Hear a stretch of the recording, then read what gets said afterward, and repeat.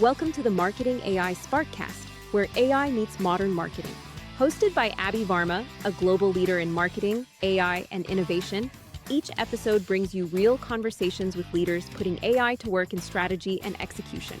This episode is brought to you by Spark Novus and the Marketing AI Pulse community. Here's your host, Aby Varma. Today, we are talking about what happens when search engines stop delivering links that we're all being used to and start delivering answers. That is what is happening in the world of AI in LLMs. So you guys have already used it with Gemini and ChatGPT and Perplexity and so on and so forth. And in this episode, we are joined by a very exciting guest, Mike Ensing, the CEO of Revere AI. And he is going to break it down for us on how to explore large language models and generative AI are disrupting the traditional marketing playbook and transforming the way brands connect to users. Get ready to rethink what you thought you knew about the customer journey, starting with search. Mike, welcome to the show. Thank you, Aby. It's great to be here. No, great to have you. Why don't we start, Mike, telling our listeners a little bit about you and about Revere? Thank you, Aby. So just to talk about Revere a bit in my background, Revere is all about helping brands actually navigate this huge disruption that's happening to search. And LLMs are going to fundamentally change the way brands are presented. It's going to change purchase decisions, and they're going to change the entire customer journey. I actually founded Revere about 18 months ago when actually I spotted a pretty big disruption. As background, I'm a long-term tech executive, was with Microsoft for a decade. I was most recently president and COO of Real Networks, where I ran several AI-based businesses. And with everything happening in generative AI, I decided I wanted to focus in this space and spotted this disruption where LLMs are going to be the next big influencers of our time. And actually made a posting about 18 months ago where I said LLMs will impact the brand decisions of 3 billion people within 3 years. And actually, people thought I was a little bit nuts. And what I'm here to say today is it's actually happening faster. Consumers, professionals are going to places like ChatGPT, Perplexity, Gemini, Anthropic to discover and engage with brands. And it is a very significant opportunity for marketers in the space. Amazing. Mike, let me ask you this. Your background is like stellar. Deloitte and McKinsey and Microsoft and Real Networks and everything. Why now? One of the things I've always liked to focus on is disruptions in startups. I was actually head of finance for all Microsoft startup businesses, and I've seen how technologies impact marketing organizations, impact buyers, and things like that. And so when I spotted this disruption, I saw a big opportunity to help brands and marketers through this. And it is going to change the way that consumers interact with brands, the entire customer journey. And marketers are going to need to adapt, and they're going to need to adapt very quickly. Yeah, no, that is so true. Now, the shift from searching for links to searching for answers sounds subtle, but it's massive. It has huge implications, right, on how brands may get discovered today. What is your sort of high-level observation on what that really means for brands? The first thing I think to understand is that the buying journey has changed from traditional search. A couple of things are happening. So one is people are spending much more time with these LLMs. The conversations are iterative, they're conversational in nature, they're much longer. And one of the things that's happening is they're completing the entire journey through these LLM-based platforms. So they're not actually bouncing out with the blue link to the company's website. That's one of the reasons why you're seeing organic traffic drop so dramatically through the clickless search. And understanding that the buying process is going to change. And then secondly, where people are spending their time. And there is a very significant migration happening today. ChatGPT, just this morning, Sam Altman hinted towards 800 million active users. It's just incredible. Gemini is gunning for 500 million monthly active users. Apple is baking LLMs and LLM-based technology into Siri. So that's going to impact just daily responses from Apple. Amazon, if you think about it, they've launched Rufus, which is guiding the entire customer experience. And then also actually launching LLMs on 600 million Alexas. The big point here is that LLMs are going to touch buyers multiple times a day through multiple platforms. So as a marketer, where for the last 25 years, you've had to deal with basically Google, that has all changed. So now you really need to understand your brand presence across multiple platforms. And these platforms are actually fundamentally different. So they're not just supplying blue links, but they're supplying full answers. And actually, they're providing different answers over time. They're non-deterministic. And they're also providing very highly personalized answers. As a marketer, trying to understand how your brand is being presented by these LLMs is pretty difficult. Wow. Talk about tectonic plates here in the world of brand discovery. Even with just traditional SEO, it was a hard exercise for, brands to be discovered. SEO is a multi-million-dollar industry. And now here comes AI and LLMs, and talk about agents and co-pilots. Those are here and right around the corner. What impact do they have with the way you describe brand discovery? Yeah, so it's so fascinating. So I've talked about LLMs, and you think about just ChatGPT and that impacting the brand experience. But you're right. There's actually another shoe that's actually currently dropping, and that's the whole land of agents. And we'll soon be in an era where actually these agents will make decisions on consumers' behalf. And those will be buying decisions of simple goods or actually complex purchases. One of the things that people typically say to me is, really? People are going to trust an agent to buy for them? And I would actually argue that they're trusting agents today. If you think about autonomous cars and basically self-driving, people are entrusting their lives to the algorithms in these autonomous cars. They're going to trust basically buying goods through the algorithms. So it will happen. It will actually make us more efficient and probably result in a better purchase for the end consumer. Yeah. So this leads me to a follow-up to that, because to me, this is not just about brand experience or brand discovery, I should say, but really about marketing as a whole. Like, this sort of flips the playbook, where you need to start obviously making sure that your brand is showing up upstream and all these LLMs and chatbots and co-pilots and agents and what have you. But not only that, you want to make sure that your digital footprint and digital presence is conducive for AI in general to quote unquote index to your brand. And I don't even know, this is such a new world. I don't know if that's even a relevant word anymore in the traditional form of indexation. But how do you recommend marketers to start thinking about this? Yeah. So one, you need to think about who you're marketing to is a little bit different. Obviously, you're marketing to the consumer. And for 25 years, marketers have been marketing to the Google algorithm. Now you need to market to LLMs, and you're going to need to market to agents. And the rules around that are very different. And last summer, we actually did an HBR article about large language model optimization, LLMO, which actually SEO is evolving to. A lot of folks are calling it GEO, generative engine optimization. But there's a whole different series of techniques, things you need to prioritize around GEO to actually have your content represented and your brands represented favorably. And some simple things, first of all, is accessibility. So making sure that LLMs are accessing your websites through robots.txt. Secondly, there's a new standard out there called LLMs.txt, which actually guides LLMs on the best way to use your website. You need to be thinking about things like content structure, like data schema, technical performance, also understanding where these LLMs are going to get their information and actually influencing those sources as well.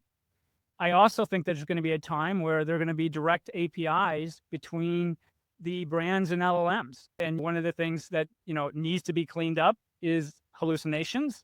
The biggest reason why LLMs hallucinate is because they're data starved. Getting more data out there about your brand will help. And then also these APIs may actually help in the future as well.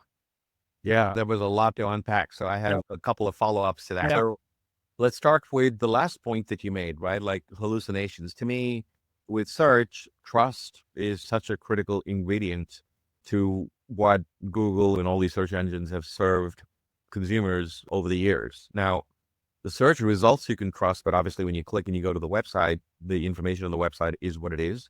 But of course, the search engines have made sure the links that are being served are at least trustworthy. Yeah. In the world of information and answers, that paradigm changes. So you have hallucinations and misinformation and that sort of stuff.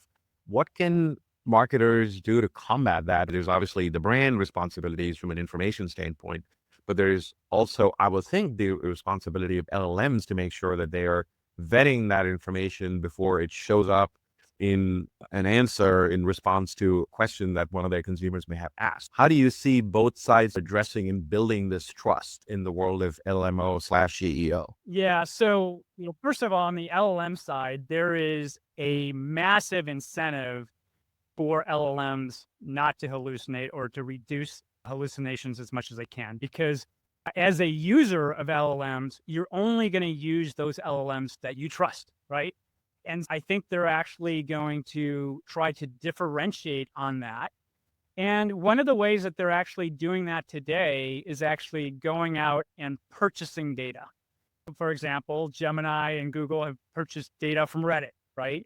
And they're going to try to differentiate on having the best data leading to the least amount of hallucinations. On the brand side, it's important to recognize why LLMs hallucinate. And it's typically because there's not that much data out there. And so the more data that a brand can get out there on their own sites, on other sites, and then possibly with actually providing training data to the LLMs, that's another way to actually reduce hallucinations. So unlike Google, where you have a Google Search Console and where marketers have insights as to what is Google indexed and picked up or where they're being penalized and that sort of stuff, there's lots of tooling and levers that marketers have available today to influence in a good way. I don't mean game the system, but influence in a good way on making sure that their brand shows up when the person who's searching, who's conducting the search, their intent is to find something that their brand sort of services. That's not the case with search engines just yet, with LLMs and with LLMO and GEO, if you will, the optimization, but that's not the case with LLMs just yet. So what's the best way? What is your recommendations? What should marketers do? Yeah, so I think they need to actually find the tools and products that are going to allow them to assist them. And again, what makes this hard for marketers is they're going to need to measure, monitor their brand presence across multiple platforms. It's different than search because these LLMs are non-deterministic. So there's an entirely new set of actually products and tools coming to market. The one that we have is Brand Lumineer, which is a very robust brand measurement and monitoring platform that looks at brand representation across multiple LLMs. We're soon getting into agents. It looks at representation across personas, markets, and actually over time as well. And so we're encouraging brands, obviously, to start with measuring and monitoring and to understand where they're being represented fairly and appropriately, where they're not, and then actually create a path towards optimization. Yeah, it feels like just when you were cracking the code for Google, here come the LLMs and the agents, and it's a constant chase. Now, some of the LLMs like Perplexity are perceived as more the new age sort of search engine in the world of LLMs. Not that both Google and ChatGPT have search on there, but do you feel there's going to be differences in these LLMs and they're not the same? Absolutely. One of the things that we measure at Revere is the overall sentiment of these LLMs on brands. And one of the things that we're noticing is GPT-4o, very positive. Claude, Gemini, more neutral, right? And so if you're a brand, you really need to understand that. And you need to understand, okay, what are the differences of how I'm being represented And then how do I go about optimizing that? These LLMs will present brands differently.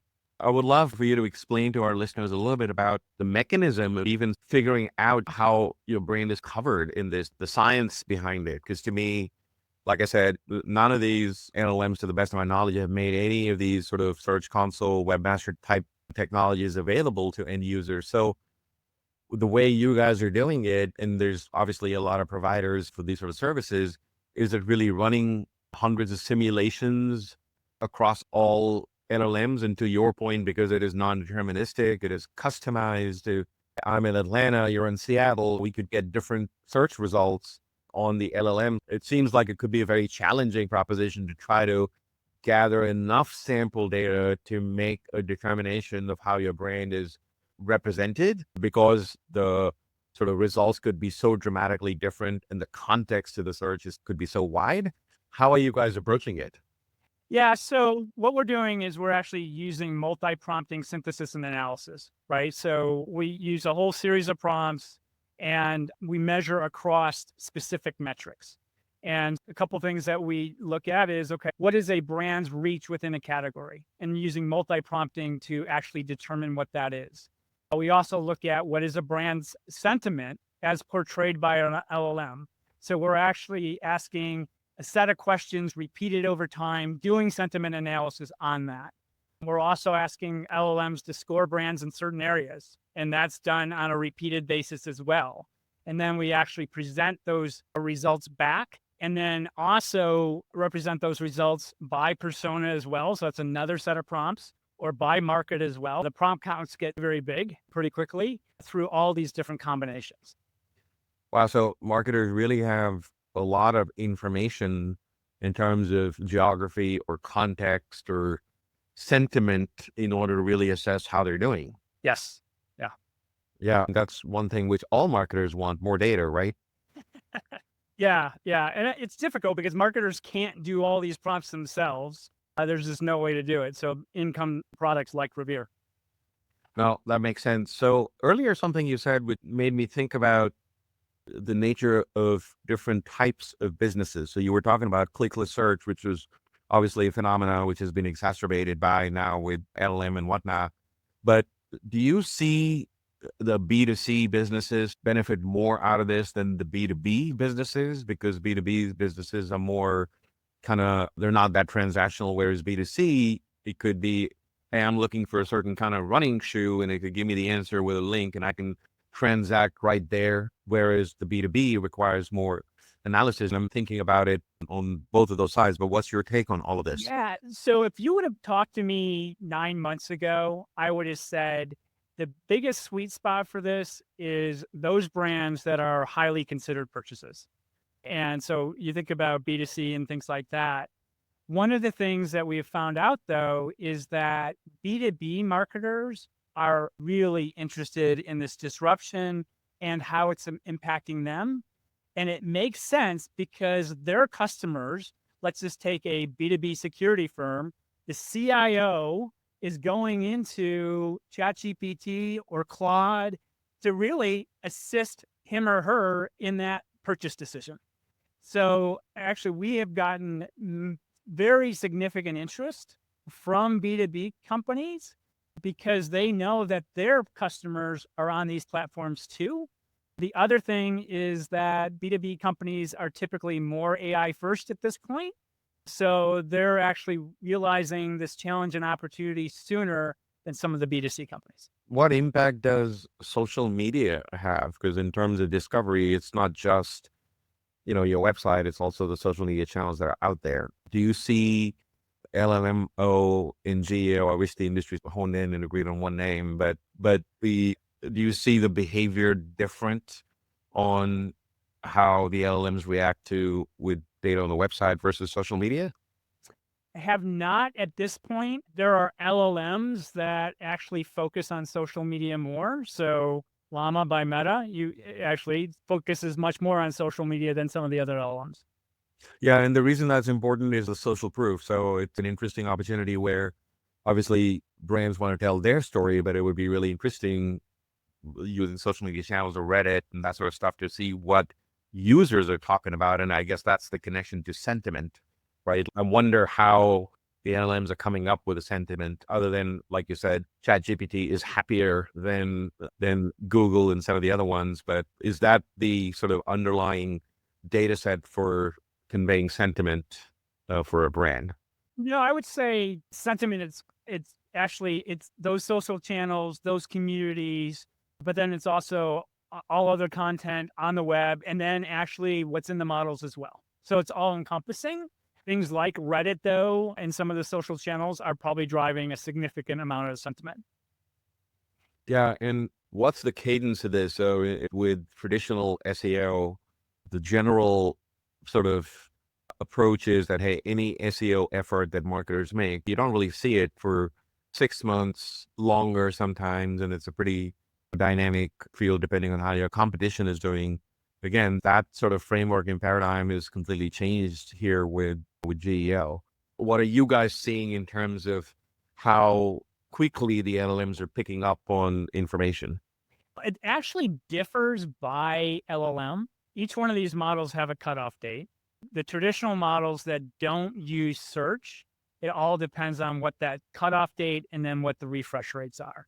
And Gemini refreshes more quickly than GPT-4o. But what you also have to realize is most of the LLMs are now invoking search. So OpenAI has Search GPT and things like that. And so when that happens, geo results are showing up quicker than in the sort of the basic case where the LLMs are only accessing their training models. Interesting. All right. Obviously, with all of this stuff, there is brand discovery, there's brand sentiment. And once you know how your brand is doing, that's one thing, but what can you do about it? That's the second part of the question. Are any of these LLMs providing any mechanisms for marketers to go almost submit their information for indexation? Like you said, like there may be APIs in the future, but what does that landscape look like now? Yeah, so one really good example where that's happening today is Perplexity. So they've just announced their commerce platform where a consumer can go in and actually execute a purchase all the way through the buy. And Perplexity actually has something called the merchant program where brands can basically provide all their product information to make sure it shows up in that experience. So that's the start of it. And I bet other LLMs will start to follow now. But that's a terrific thing for the brand. One of the things that we recommend to all our clients is they're participating in that. Yeah, no, I think it's too big to ignore, frankly. Obviously, based on the data that I've seen in terms of search on LLMs versus traditional search, there's still a long way to go. Obviously, it's catching up fast and furious, but it's still a fraction of what I'm seeing based on the numbers released by Google and ChatGPT and others, that it's still a fraction of what people use search for. It's moving fast, but if you had a magic crystal ball that you could gaze into, what is your estimate to where you'll start seeing parity of GEO versus SEO, people searching on LLMs? I think we'll have parity in 18 months. And people will think I'm crazy, but what happens here is there's a tipping point. And you go from 2 to 3 to 4, and all of a sudden you're at 18, and then you're at 50. I see buyer behavior changing right now, and it's only going to escalate. And then the other thing you're going to have, Aby, is agents, and agents quickly coming into the space. Now, I know it's such a interesting and wild kind of world, which we all have to adapt to. I even wonder if there's going to be any point in having websites which are human friendly anymore, right? Like, why don't we have a bunch of XML files with all the data, which would allow AI to ingest, LLMs to ingest all that stuff quickly, and that's the interface with users exclusively going to LLMs to have that conversation, and especially with voice-based conversation coming up, where there may be consumers just talking to their LLM to get more information and learn about whatever product solution they may be after. The web is going to be very different in the next 3 to 5 years. And there will be a web for consumer consumption, but there also will be a web for AI consumption. Some have argued that the web goes away in 20 years. Wow. I had not thought of that. All right, Mike, we could hang out on the podcast and keep talking about this stuff, but like all good things, it must come to an end. But before we wrap up, if you could give CMOs and marketing leaders one clear takeaway from today's conversation, what would you say? This disruption of search is happening today, and it is only going to accelerate. If you act now, you're going to have competitive advantage, but if you don't, you're going to soon fall behind. Awesome. Thank you for that. And to all our listeners, thank you very much for tuning in. I really hope you got value out of this. Be sure to hit up Mike and me on LinkedIn. Check out revere-ai.com. Hopefully, Mike, I did not butcher that. You got it. Thank you. Make sure you check that out. And yeah, I hope to do a follow-up, Mike, in 6 months to see how things are shaking out. That'd be awesome. And to all our listeners, see you on the next one. Thank you very much. Thanks for listening. Big thanks to Spark Novus and the Marketing AI Pulse community. You can join the community at marketingaipulse.com.